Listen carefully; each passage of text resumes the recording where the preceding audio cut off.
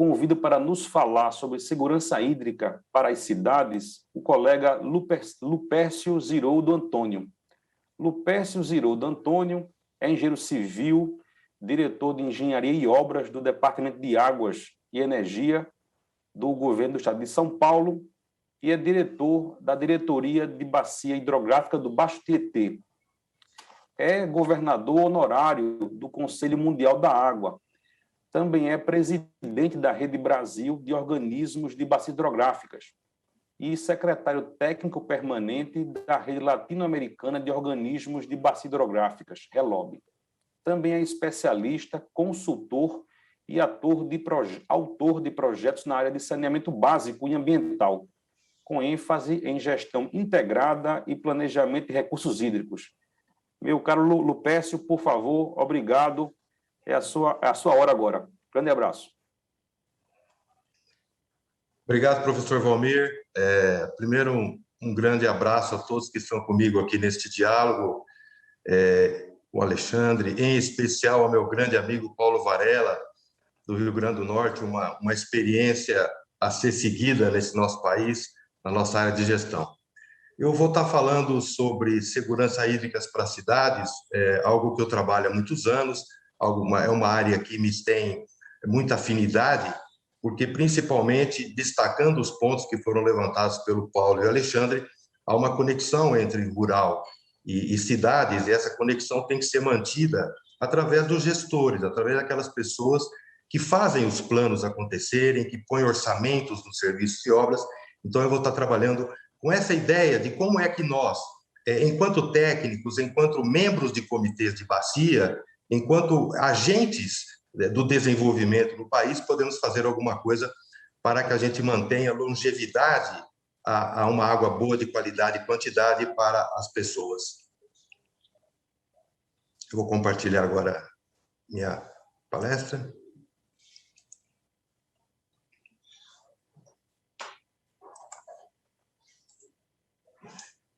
Uma primeira ideia que eu quero apresentar para vocês é que, quando a gente olha um município, quando a gente olha uma cidade na sua composição, a gente define neste mapa da cidade, seja ela qual for no Brasil, dois grandes perímetros.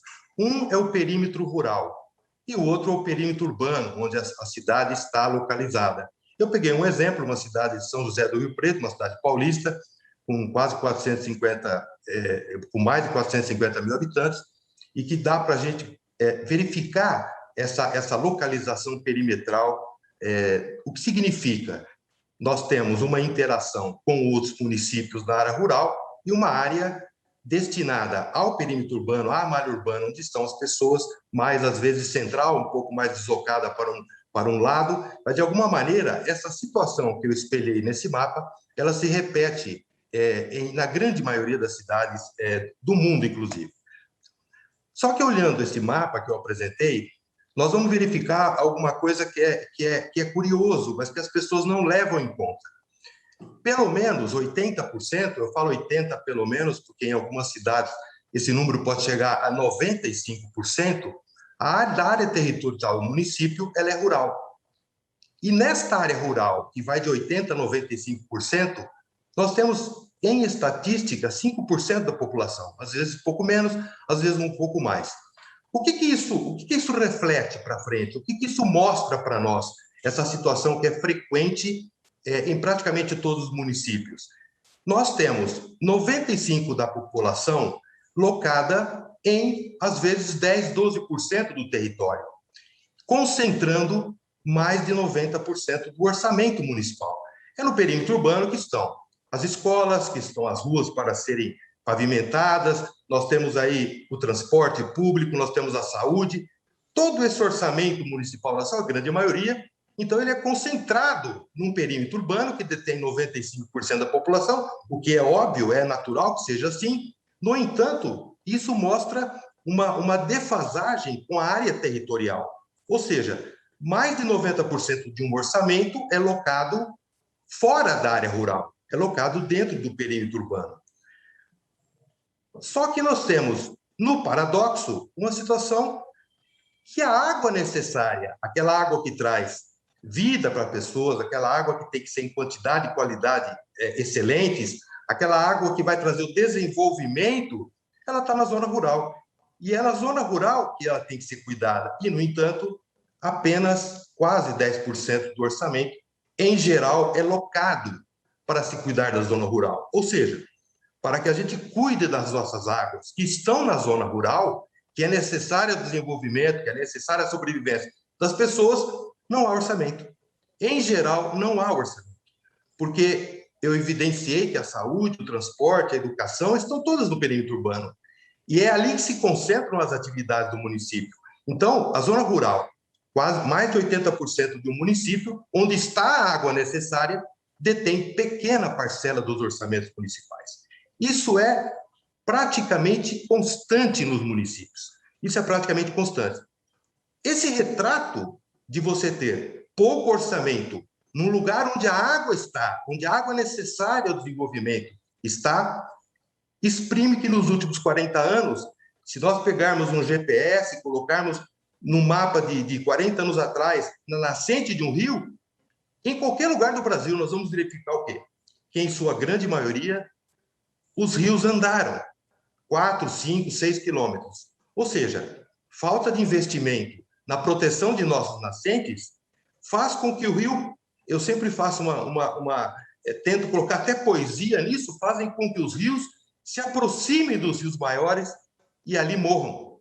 Muitos dos rios, eles se entregam ao rio maior porque não há orçamento que os proteja na zona rural, que não há orçamento nos municípios que possa garantir que essas águas necessárias ao desenvolvimento, repito, necessárias ao abastecimento humano, essas águas possam ter quantidade, disponibilidade e qualidade para os diversos usos.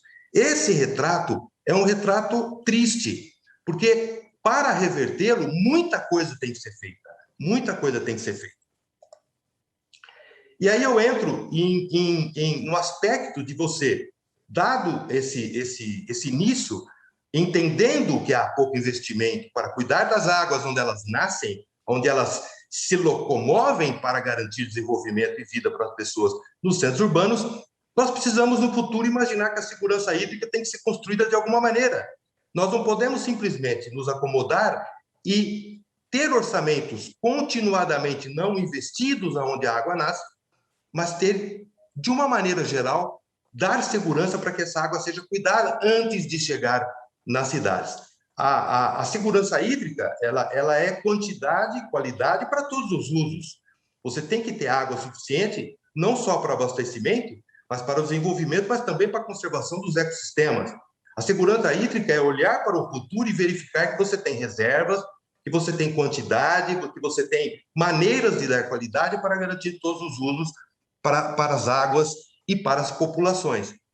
A pergunta, então, é como garantir essa água com disponibilidade, quantidade para todos os seus usos, seja até para o lazer, seja para o abastecimento humano, para a agricultura, para a indústria. Como é que a gente garante isso olhando para o futuro, dados os exemplos que eu dei de investimento que nós temos nas áreas rurais?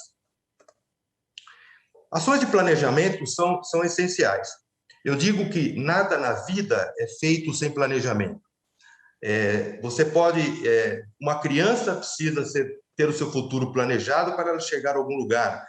Se você vai casar, você precisa planejar um casamento, comprar um carro, você precisa fazer uma ação de planejamento. A vida é movida a planejamento. No setor de recursos hídricos, isso é muito mais importante. A gestão de recursos hídricos ela tem que ser calcada e baseada em planejamento. Nós não podemos entender gestão atacando dentro de uma crise o problema. Evidentemente que numa crise a gestão tem que ser efetivada, mas antes da crise hídrica, eu preciso entender que ações de planejamento são necessárias para nos prevenir dos problemas que eu posso ter com uma crise hídrica. Para como eu me adaptar às mudanças climáticas, tudo isso são ações de planejamento. E as cidades, dado o cenário que eu coloquei, precisam planejar a água.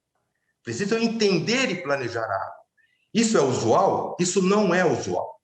Se você for dentro de um município e perguntar ao próprio prefeito como é que ele planeja a água, ele não tem a mínima ideia do que você está falando. Isso é raríssimo alguém que tenha noção de que a água tem que ser preservada. Na maioria das vezes, a água é tratada de forma periférica, entende-se que a água é necessária para a agricultura, entende-se que a água é necessária para a indústria, para o abastecimento humano, mas só se lembra dela quando ela falta. Infelizmente, esse é o retrato do Brasil, o mundo. Algumas localidades no mundo, nós tivemos a oportunidade, enquanto Conselho Mundial da Água, de verificar isso. Alguns locais no mundo já planejam água há muitos anos. Já planejam água, já sabem entender isso. O Brasil ainda é deficiente nessas ações de planejamento. Não há ainda a água como insumo principal, não há água como prioritária nas linhas de planejamento. Eu cito um exemplo que eu já ouvi em algumas palestras, que vem de Israel, que quando nós tivemos, em 64, o Jânio Quadros abdicando do poder no Brasil, essa notícia demorou 3, 4 dias para chegar em Israel, e Ben Gurion, que era o primeiro-ministro de Israel, exclamou quando viu, ele disse assim: como é que pode renunciar o presidente de um país que tem tanta água? Ou seja, muitos países já pensam e entendem a água de uma maneira diferente. O Brasil precisa entrar nesse escopo. Há uma necessidade de um planejamento macro, porque bacias elas são todas interligadas, para que nós consigamos ter segurança hídrica para o futuro. E aí é importante a identificação. Essa identificação que a gente faz é um trabalho de base de pesquisa que a Agência Nacional de Águas faz com muito primor, que os comitês de bacia avançam nas suas regiões também até onde é o seu limite, os órgãos gestores trabalham nisso. O importante é, num primeiro momento, a identificação. A identificação é importante para que você planeje a cidade para o futuro, para que você entenda o que acontece na sua cidade e insira nos seus orçamentos, no seu planejamento, ações que possam caracterizar a continuidade da disponibilidade de quantidade de água dentro do seu município. E aí é necessária a identificação tanto das águas subterrâneas como das águas superficiais dentro da bacia hidrográfica. Ações de planejamento, quando você identifica, quando você fundamentaliza onde a água está, a água necessária para você, o município que depende de águas superficiais, onde está a reservação que ele precisa, como é que ele pode garantir essa reservação, ampliar essa reservação, se a sua população aumenta. Essas ações de planejamento, elas têm que ser calcadas numa visão sistêmica de futuro. Você tem que olhar para frente e desenvolver ações hoje que garantam disponibilidade e qualidade de água no futuro. Você correr atrás do problema não significa que você vai resolvê-lo. No entanto, se você planeja ações, fundamentalmente, coloca elas em orçamento municipal, em orçamento do governo do estado, em orçamento do país, você garante o que você está planejando. E aí eu destaco algumas ações que eu considero extremamente necessárias para que a gente proteja nossas cidades, para ter água para as pessoas, para ter água para o desenvolvimento, para ter água que traga quantidade e qualidade dentro de um cenário futuro. A primeira, fundamental, proteção da nascente. Isso envolve muita coisa. Isso envolve orçamento, isso envolve muito diálogo com os proprietários das terras que detêm essas nascentes. Isso depende muito também de uma ação conjunta de associações, de bairros rurais. Isso é um trabalho que pode ter como grande maestro o próprio município, mas pode ter também como grande maestro o Comitê da Bacia. A identificação das águas subterrâneas, nós temos um avanço. Em geral, o Brasil detém mapas que possam nos orientar aonde nós podemos ter e não ter águas subterrâneas. E aonde nós temos águas subterrâneas, é importante você ter um monitoramento do uso. Há uma série de poços clandestinos que se furam sem qualquer critério. E esse sem qualquer critério é contaminação de um lençol que não se recupera. Então, você identificando e protegendo, você garante a água subterrânea quando você tem ela para o seu futuro. Não são todos os municípios do Brasil que têm a prerrogativa de ter água subterrânea. Muitos dependem só de águas superficiais. Muitos dependem da proteção das nascentes para garantir água do futuro. E aqui um detalhe, quando eu falo em nascentes, às vezes o município se abastece com a água de um rio que nasce no município de montante. Ou seja, não é só planejar o seu município, é também regionalmente verificar como as águas estão colocadas. Nós temos que ter sistemas eficientes de abastecimento público de água. O Brasil, infelizmente, tem perdas nos municípios de 40%, às vezes 50% da água que você capta, você perde na rede, você perde por desperdício, você perde por uma série de coisas. O Japão, como exemplo, tem 7% de perda de água de abastecimento, quer dizer, uma diferença gritante. Então, ações de orçamento podem ser mobilizadas para que você evite perdas no sistema, e assim você possa precisar de menos água para garantir as populações. Nós temos que ter monitoramento de quantidade e qualidade de água, das águas subterrâneas, como eu falei, das águas que a gente usa para abastecimento, porque esse monitoramento, ações de orçamento dele garantem qualidade, garantem o uso para a qualidade das águas. E campanhas de desenvolvimento contra o desperdício. A gente tem o costume, isso não é prioridade de um ou dois municípios, é de todos. Quando você tem abundância, você gasta muito. E se você gasta muito, você não garante para o futuro. Então, ações contra o desperdício, ações pelo uso racional, tem que ser ações constantes dentro dos municípios para garantir água para o futuro. Ações com a população. É fundamental que os municípios da cidade se preocupem que o envolvimento da sociedade é fator fundamental, é essencial para garantir segurança hídrica. Se uma população não sabe, se uma população não tem ideia, se uma população não entende que tem que preservar a água que ela tem, se ela só se lembra da água quando a água acaba, o município está pronto, ele não tem um caminho para o futuro, ele precisa que a sociedade se envolva com campanhas para que ela proteja a água de hoje para o dia da manhã. E aí vem a disseminação da informação em tempo real. As cidades precisam se preocupar em todo o tempo informar a sua população e fazer com que ela contribua com o município na conservação da água que existe. Nós temos que desenvolver projetos de educação ambiental, fundamental que as escolas já comecem a ensinar para as crianças, para os jovens, como é importante a garantia da água. Porque quanto mais água se gasta agora, menos águas temos no futuro. Então, nós temos menos água boa em quantidade e qualidade. Então, temos que cuidar agora. E essa educação ambiental pode começar nas escolas com uma ação muito forte dos municípios.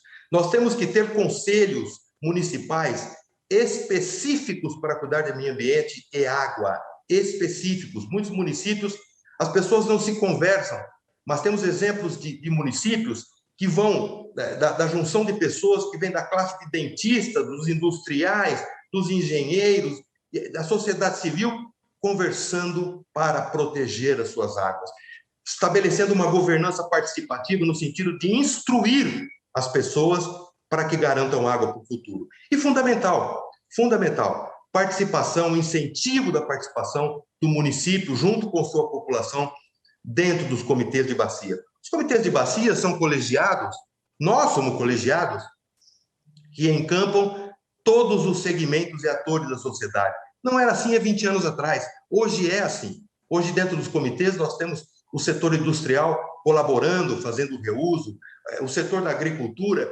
colaborando, desenvolvendo equipamentos que possam a cada dia mais gastar menos água para a irrigação. Ou seja, o comitê tem essa visão ampla. O comitê mostra que a água é importante para todos e ali devem ser desenvolvidas na bacia ações conjuntas, ações que permitam o uso racional, ações que permitam que você possa colaborar com o futuro de onde você vive. Porque é só assim que você vai ter uma reserva garantida, uma reservação que garanta desenvolvimento e que garanta a vida das pessoas. Infelizmente, há locais no mundo onde a falta de água, onde a escassez, onde a degradação da água que existe implicam em êxodo. As pessoas que não têm uma água com qualidade e quantidade, as indústrias vão embora, o emprego vai embora junto, e ao final as pessoas podem ir embora também, porque não há água em quantidade e qualidade. Não é o que nós queremos para o nosso futuro, não é aquilo que nós queremos para as nossas cidades. Eu termino, então, deixando essa mensagem para que todos entendam. Nós moramos em cidades, nós moramos, parcela pequena da população mora na zona rural, mas a grande maioria mora nas cidades. Nós temos que trabalhar dentro dos nossos municípios para que nós possamos ter orçamentos que protejam as águas na zona rural, proteger as nossas nascentes, as nossas águas subterrâneas, porque é assim só que nós teremos com certeza, qualidade e disponibilidade de água para o futuro, para as nossas cidades, que trazem emprego, que trazem renda e que trazem vida. Não deixem para pensar em ter água ou não ter água só quando ela acaba. Nós temos que pensar em garantir a água nossa, e a nossa parcela de colaboração é fundamental. Obrigado a todos, um grande abraço. Obrigado, meu caro Lupécio. Muito bom ouvi-lo. Fiquei muito satisfeito. Acho que você fez uma apresentação muito singular. A palavra planejamento, eu acho que você repetiu mais de 10 vezes, né? E também a palavra orçamento, você chamou a atenção disso, né? Da concentração do orçamento nas zonas urbanas, não é isso? Ora nos serviços, no transporte, na escola, né? E todo o município, o restante do município, né? Com uma parcela muito pequena do orçamento, onde você tem que atuar para preservar as nascentes.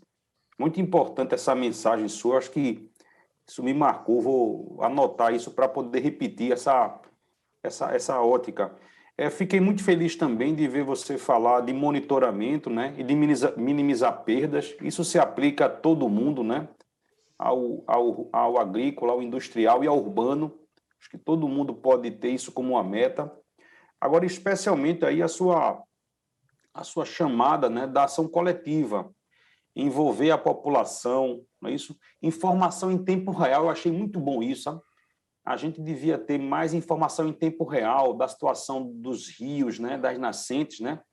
Até em aplicativos que as pessoas pudessem sempre estar consultando como estão, isso é muito importante. E a educação ambiental, que você também destacou, e no final, acho que tudo isso dentro de uma governança participativa. Acho que belíssima arcabouço aí de ação. Muito obrigado, meu caro. Muito obrigado.